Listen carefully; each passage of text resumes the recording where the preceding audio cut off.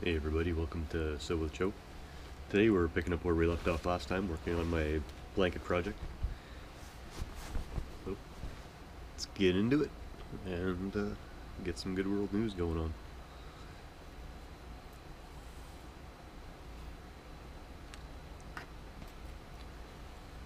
First, we thread the needle. Then we stitch the stitch.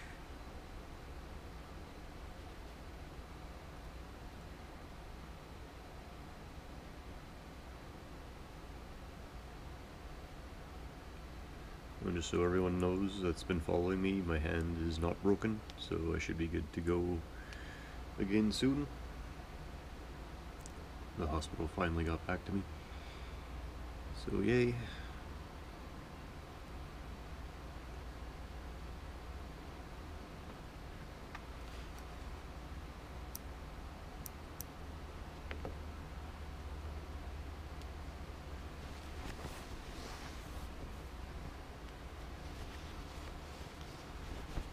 Alright, let's get that first stitch in.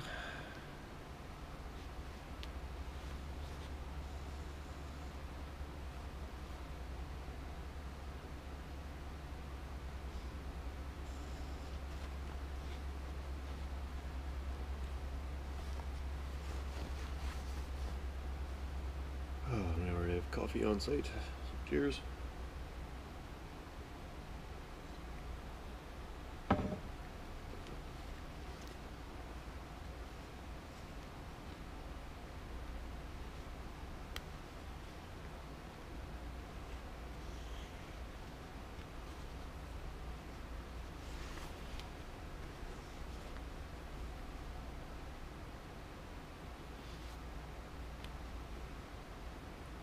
So, good world news today is to start with the broad statement of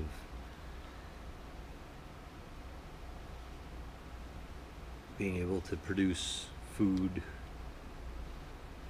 grow food in conditions where you usually wouldn't be able to, and without using any sort of power input. So let's expand on that vagueness.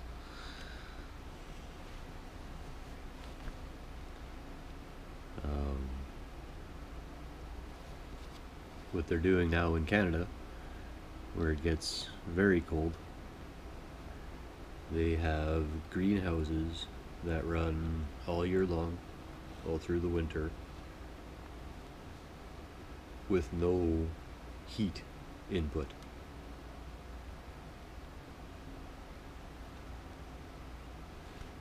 So how is this possible, you ask? Well, they use kind of the same principles as they do with the Earthship home designs, if you're at all familiar with those. They have south-facing greenhouse walls, and on the north side of the greenhouse they have a 2-foot thick clay wall.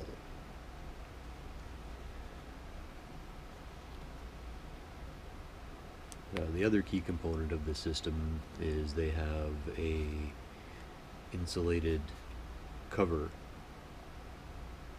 that automatically goes over the glass when the heating is no longer optimal, so that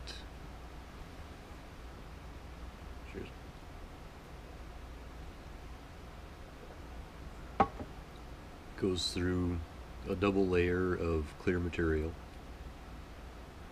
brings all that heat into the building,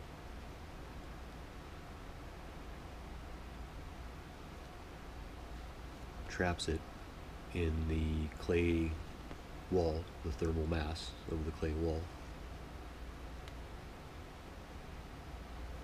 and then once the tarp comes down and the wall is no longer absorbing heat, it is radiating that heat back into the greenhouse.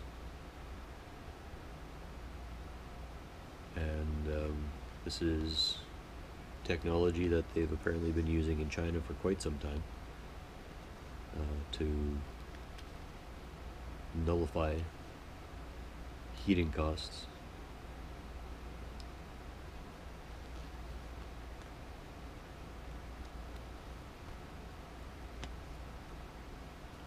And why not adopt it in Canada? Oh. Got to keep an eye on both sides here. I missed a stitch. My cut was a little bit off. But we're not going for perfection here.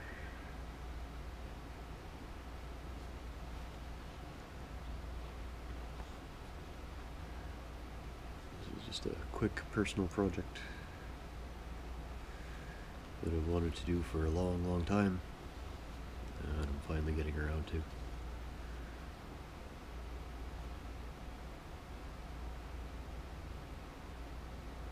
I don't like wasting, so if I can use up a lot of my extra material in a blanket and create a keepsake out of it. The plan, if you're not familiar, is I have a bunch of t-shirts that I don't want to wear anymore, but I don't want to get rid of. No, not even necessarily that I don't want to wear anymore, I just want to preserve them somehow. And couldn't make a blanket out of them. So it'll be old patch material. A lot of this patch material I've had for a long time.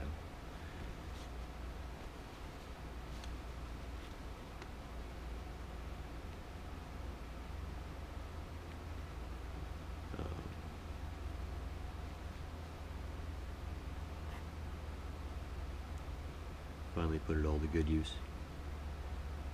And I've got a stack of shirts that I want to sew onto the other side.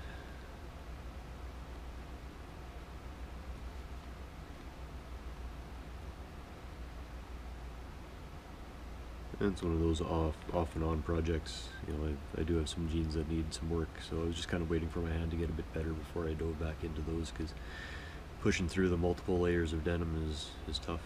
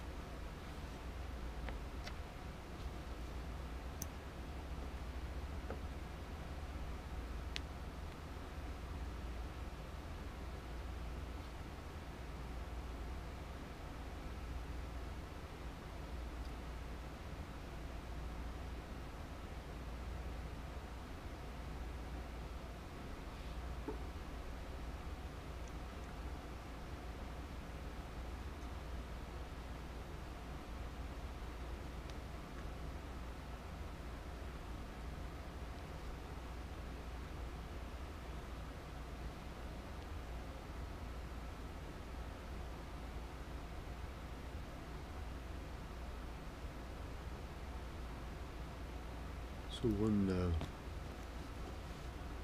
bit of good news that I think will really positively affect the entire world. Pardon me. Cheers.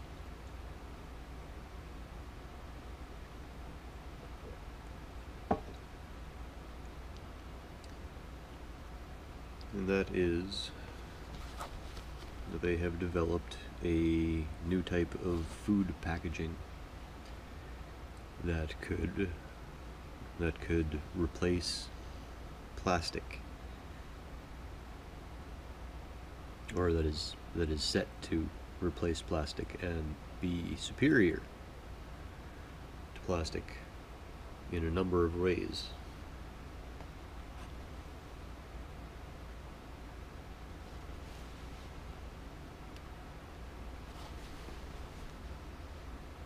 So what this new material is it looks like plastic. Well, a slightly foggy plastic, thin enough, clear enough that you can still see through, like if you have it covering a bowl of strawberries or something, then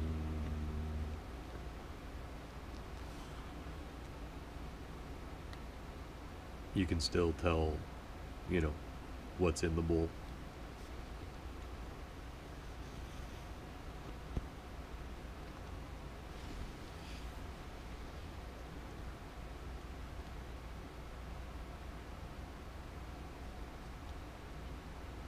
And what is special, well, there's a number of special things about this material, but one big thing is that it makes your food last longer.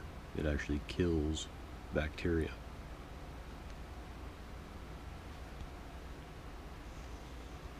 And the way that it does this is due in part to materials that they, what's the right word here? Impregnate, I guess, in the material with. The material that it's made of, the material itself,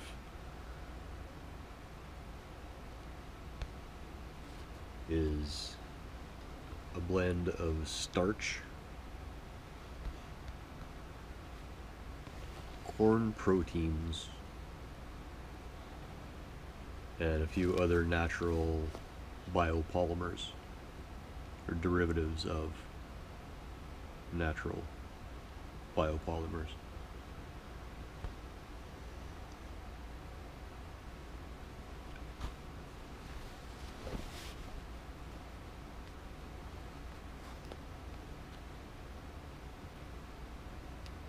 Now, so yeah, all natural materials, and now for making a material that can actually kill bacteria and make your food last longer, what they do is they blend in a number of antimicrobial herbs.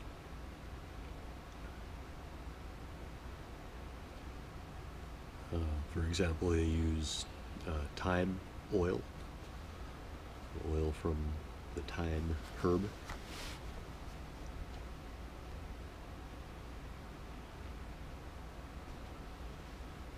And they also use citric acid. And it's actually, if it's as good as it sounds in the article, it's pretty amazing. What it does is these materials that are embedded into the starch material,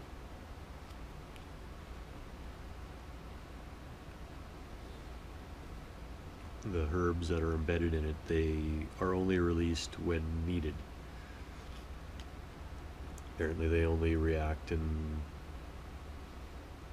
become active when there is bacteria present or when there is moisture present, so that the material itself doesn't just deteriorate right away. Can, in ideal conditions, can last much longer, and in non-ideal conditions can double the lifespan of produce. That's what they're claiming.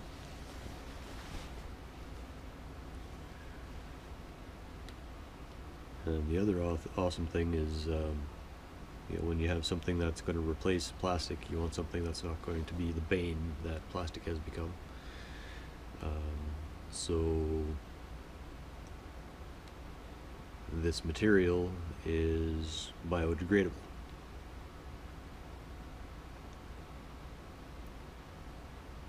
So once you've used your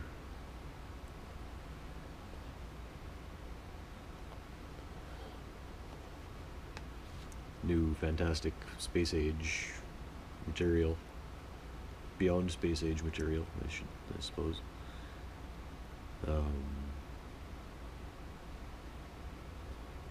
You know, once you've used it up, then you can just throw it in with any other vegetable waste that you might have, you know, bits and pieces and cut-offs and whatnot.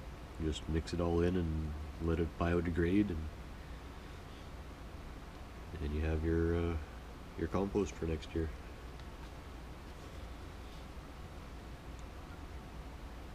Pretty amazing the stuff they're coming up with. And doubling, and this cascades. You know, if you think about this will cascade into solving other issues. If you can extend, you know, the shelf life of food, then there won't be as much of a food shortage. Costs may come down.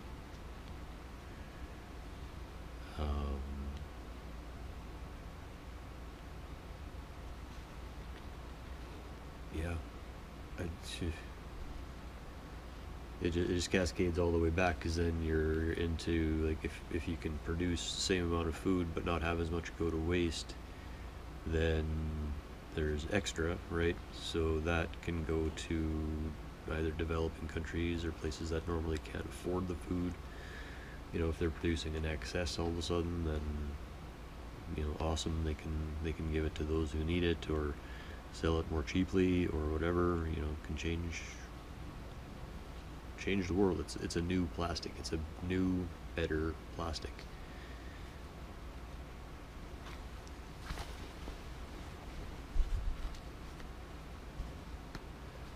It's like building a better battery, like we were talking about a while ago.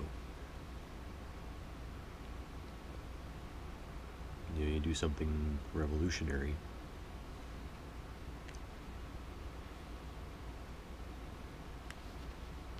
and you can literally change the world. Literally save the world. With the that rocket program that NASA was doing that we talked about a while back.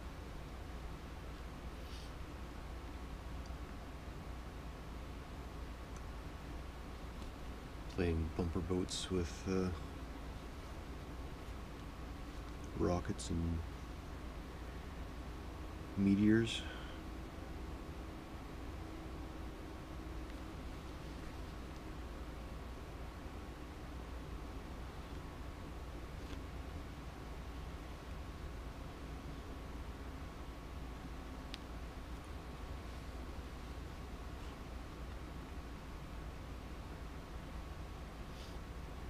Yeah, doubling the shelf life on produce. Well, the other thing is, you know, I lived in a very northern community for 3.5 years, and that was one thing up there, is the produce was always just brutal. You know, by the time it got up there on the truck, it just wasn't in very good shape anymore. And if we could have had if we could have had a few extra days worth of produce life up there, that would have greatly improved that life. So, you know, improving the lives of people in northern communities would be another huge benefit to this, you know, or just remote communities, you know, anywhere that it takes a while to get food into, not necessarily northern, but just anywhere remote. You know, people all over the world have to bring food in to where they are, and if that food can last longer, that's just world-changing news. And then that would allow things like the garbage island, the Pacific garbage island there. Oops, that was spoke. Pardon me. Lost my thread. But that would allow things like that Great Pacific Garbage Island to be cleaned up that much faster, because if there is less plastic going into the water, because there's less plastic being produced because it's being replaced by this material. I didn't catch a name of it, that's the thing. It's called a smart food packaging. They're calling it a smart food packaging.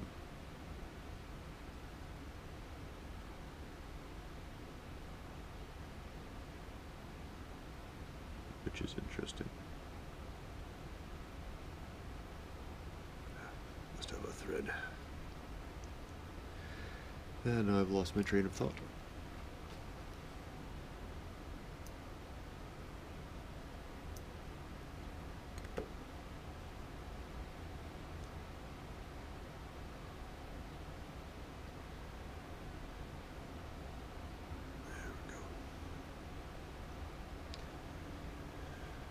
It's a tricky one sometimes. I'm gonna have to break out the magic tool, learn how to use that needle threader that I've got kicking around somewhere. And I was shown a trick where you can do it in the palm of your hand just by rolling it back and forth, and be darned if I can figure it out. I'm gonna have to look that up one of these days and then share that with you.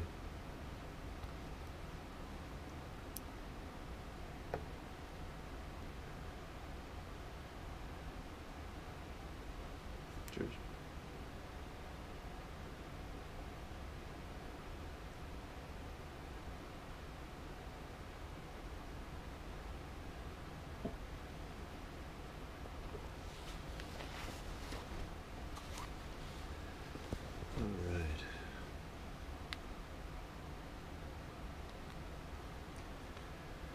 Back into it.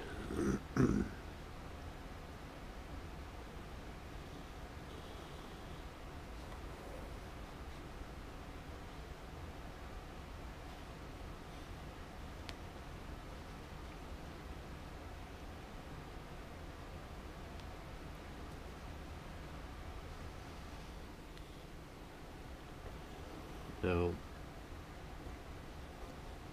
I'm not usually one to talk about nuclear power because it has a very bad rap. Keep in mind that the really bad rap tends to belong to the nuclear fission reactors, and today I'm going to talk about a nuclear fusion reactor. Now, the difference between the two, if you're not aware, is a fission reactor results in radioactive waste. I'm going to oversimplify and get down to the nitty-gritty of what I'm talking about. A fission reactor, you end up with radioactive waste that you have to store under hard water or launch off into space or whatever, or it's radioactive forever. I was going to say ad nauseum, but that's kind of doesn't describe it. So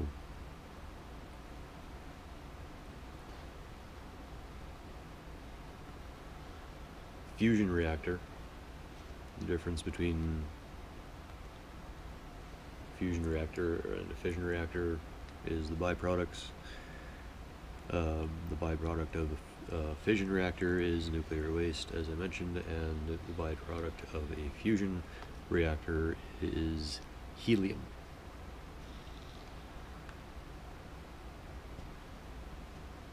So you produce an incredible amount of power from a very small amount of input source, and you produce helium.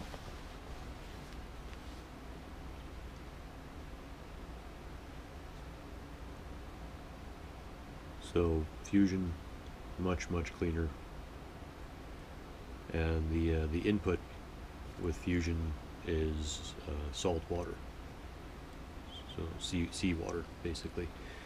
There's a couple of trace elements in seawater that the fusion process uses.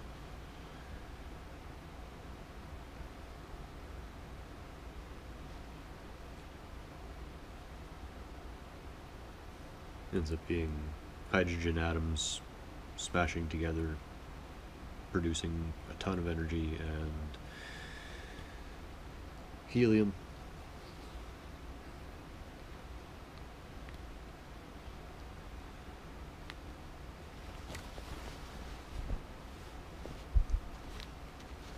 So in the world of fusion, nuclear fusion energy production, China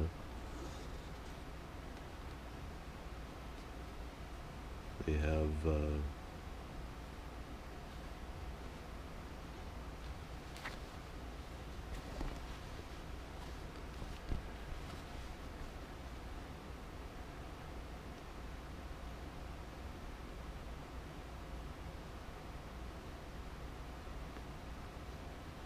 very powerful nuclear fusion reactor, and they set some world records recently for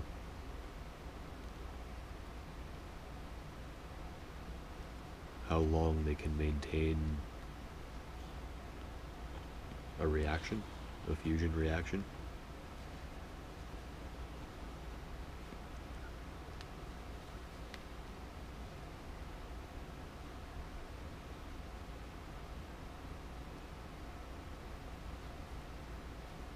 And I know some of these numbers are going to be difficult to imagine.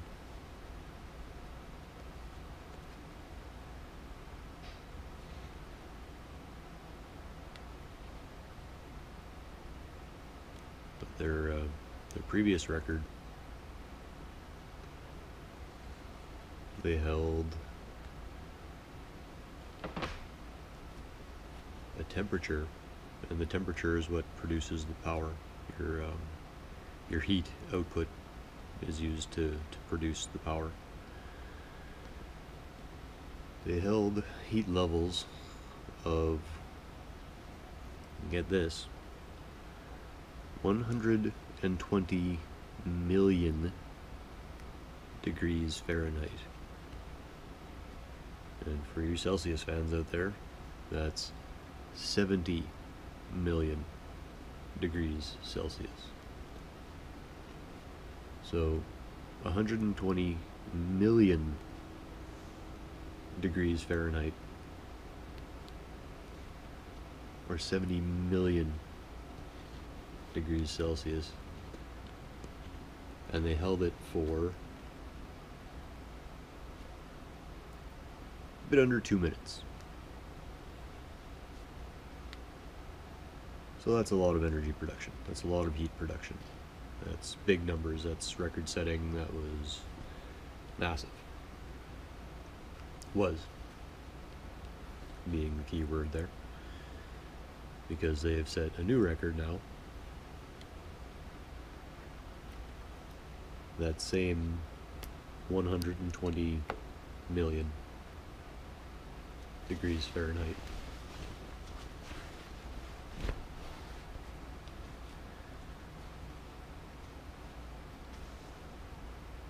was held for 17.5 minutes.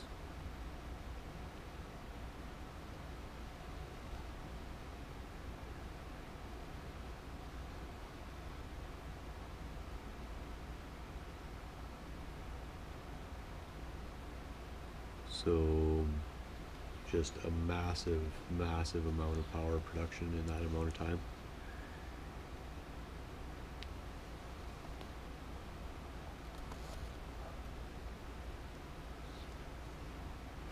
And cheers.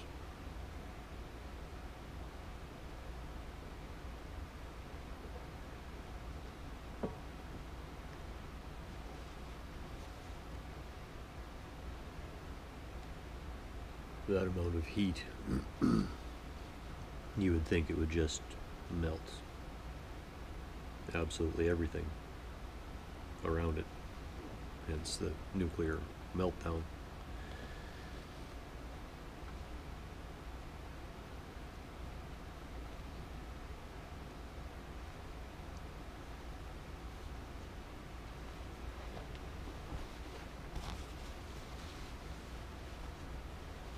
And keep in mind, I'm not an expert on any of this stuff, so if I'm saying something wrong, if you know better than I do, let me know. I don't want to be spreading false information, but this is the material to the best of my understanding of a dude that's sewing denim patches together in his garage.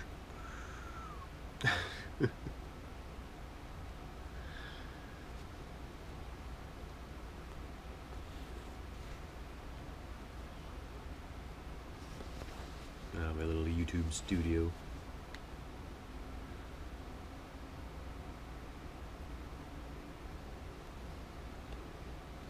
Also known as our library. Also known as our chill room. Our entertaining area. We don't have a large space, so our areas double and triple up sometimes in use.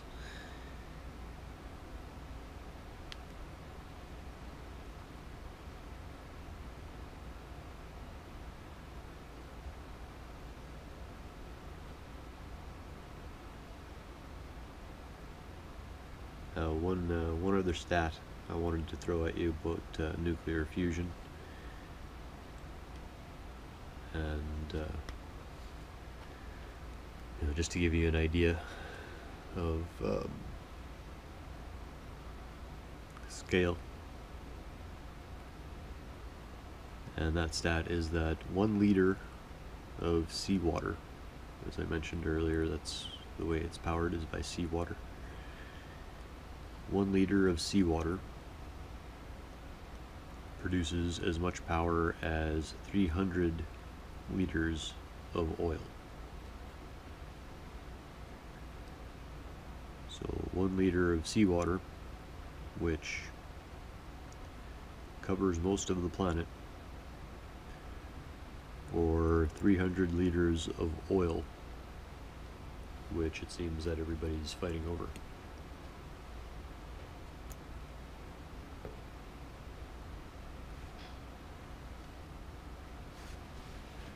I think that's a fantastic advancement.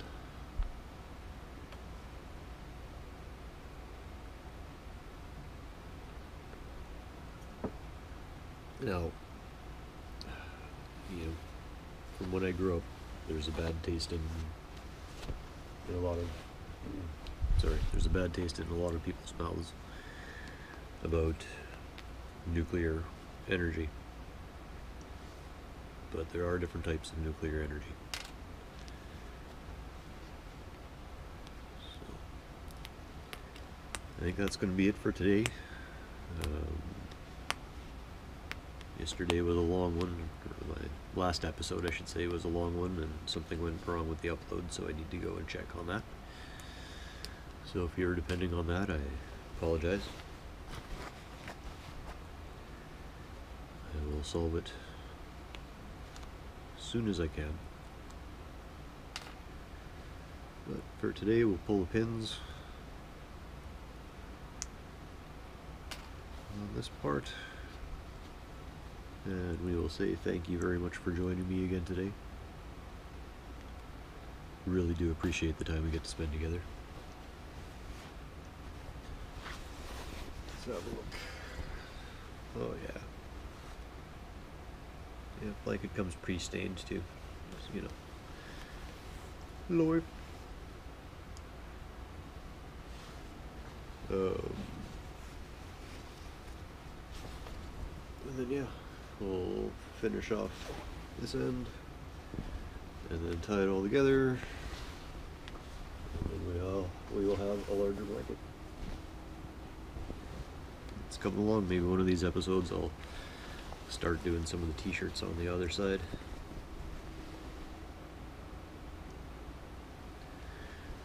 We shall see. I know stitching straight lines non-stop is probably not the most entertaining visuals for this, but sometimes that's got to be done too, and that's okay. That's okay.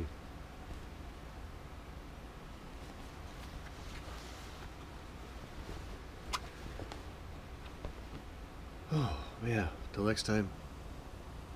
Keep on chilling. Don't forget your cookie. Peace.